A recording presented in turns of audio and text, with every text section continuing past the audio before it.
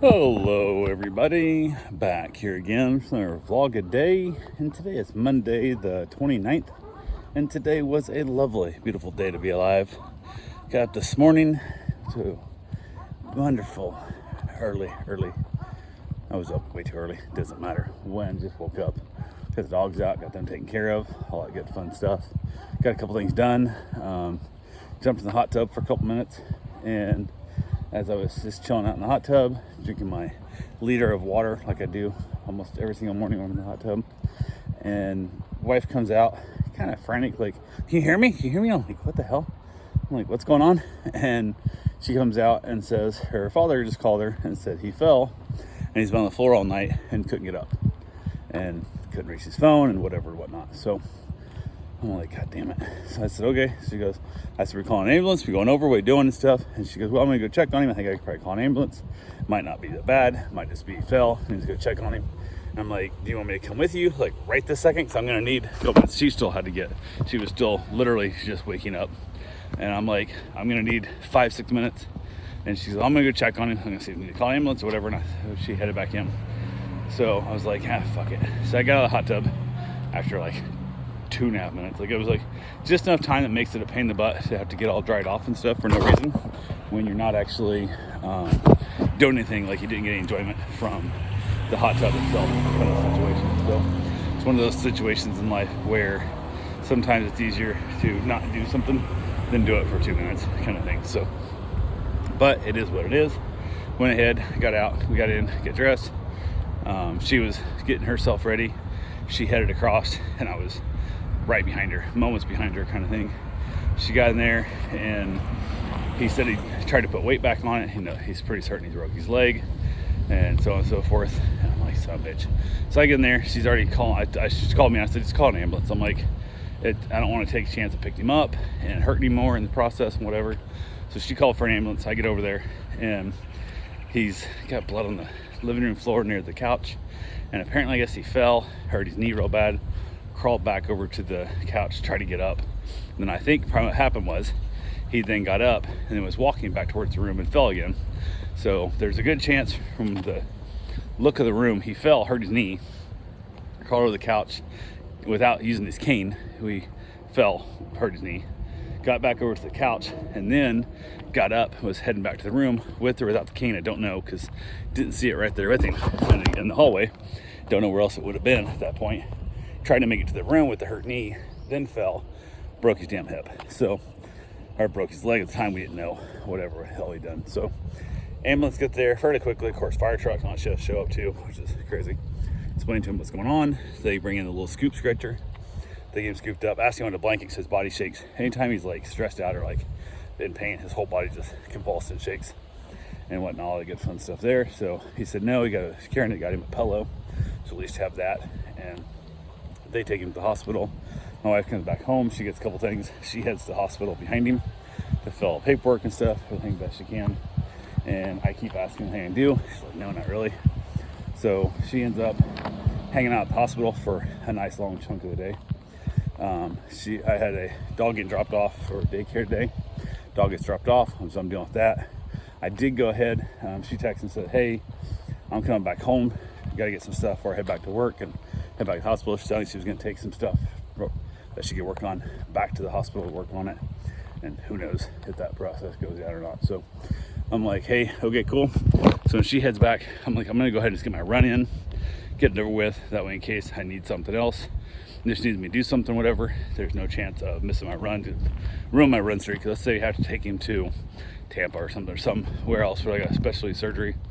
I don't want to have to be like, hey, I'm going to pull over here on the interstate and instead of getting you to your dad's surgery so I can run my student mile kind of thing. So I went ahead and said, held it, got my run in, got back, grabbed myself a shower. She was still at the house working in the office, trying to decide if it'd be better to work from home or if it would be better to go into the office. And back and forth checking our dad to get her phone charged because somehow last night her phone didn't get charged very good. So there's that, which is always fun.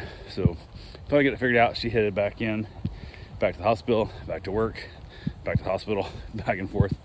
And when the dog's here, everything was going good. Gave back the little one that was hating the new dog. It's crazy how that's so funny how that stuff goes down. Gave that one back home.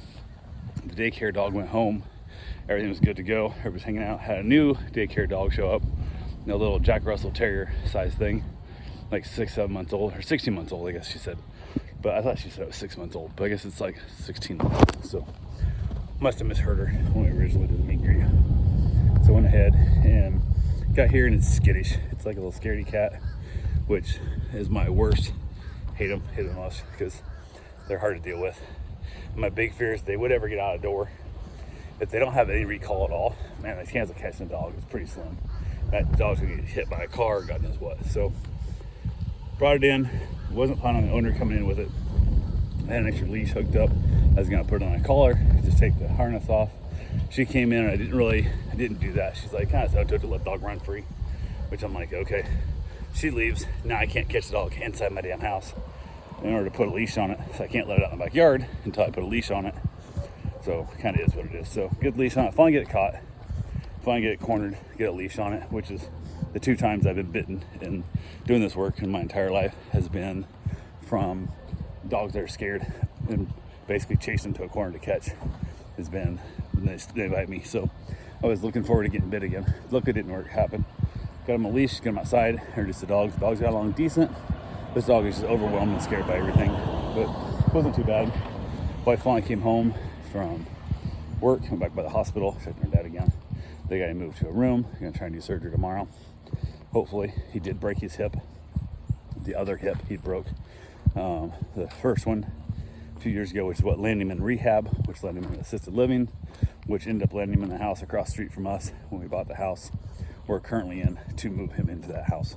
So yeah, it's one of those things. And this is also one of those things right now that kicks me in the teeth because I'm looking at spending $50,000 minimum on a shop that I will not need or want if he passes away or ends up permanently in assisted living.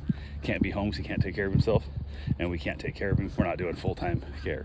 You know, we're not cleaning him up and hauling the bathroom. That's not what we're agreeing to. So we're in that world of, do I spend 50 grand on this, or do I save the 50 grand and buy a bigger chunk of land outside the city limits when he passed away? So, or who knows, might have spent 50 grand and buy a little RV and start our retirement that much earlier, start driving around the country. So I don't know, just sometimes you're doing good, sometimes you're doing bad. He kept saying I was supposed to get a dog because I was like, we were talking about him getting a dog if he's doing better. Hell, he was still talking about trying to drive a car. He wanted his license. He wanted to drive again. Still has his license. I think we never took it away legally, but we took his right to drive away. But I'm like, I don't know, man. Sad. I hope I never live to be at that point in my life where I'm not. I always say, I hope I don't die before I'm too young to do something stupid that kills me. So I hope I don't outlive my ability to be young and dumb doing something stupid that kills me is my goal. So, but yeah, that's kind of where we're at with that one. She came home, we had dinner, knocked out dinner, eventually gave back the little scaredy cat puppy, which they do better. As I was like cooking dinner and stuff, he was following me around and whatnot, and just, it's a good dog. It's just so skittish and so scared of everything. It makes me nervous and sad.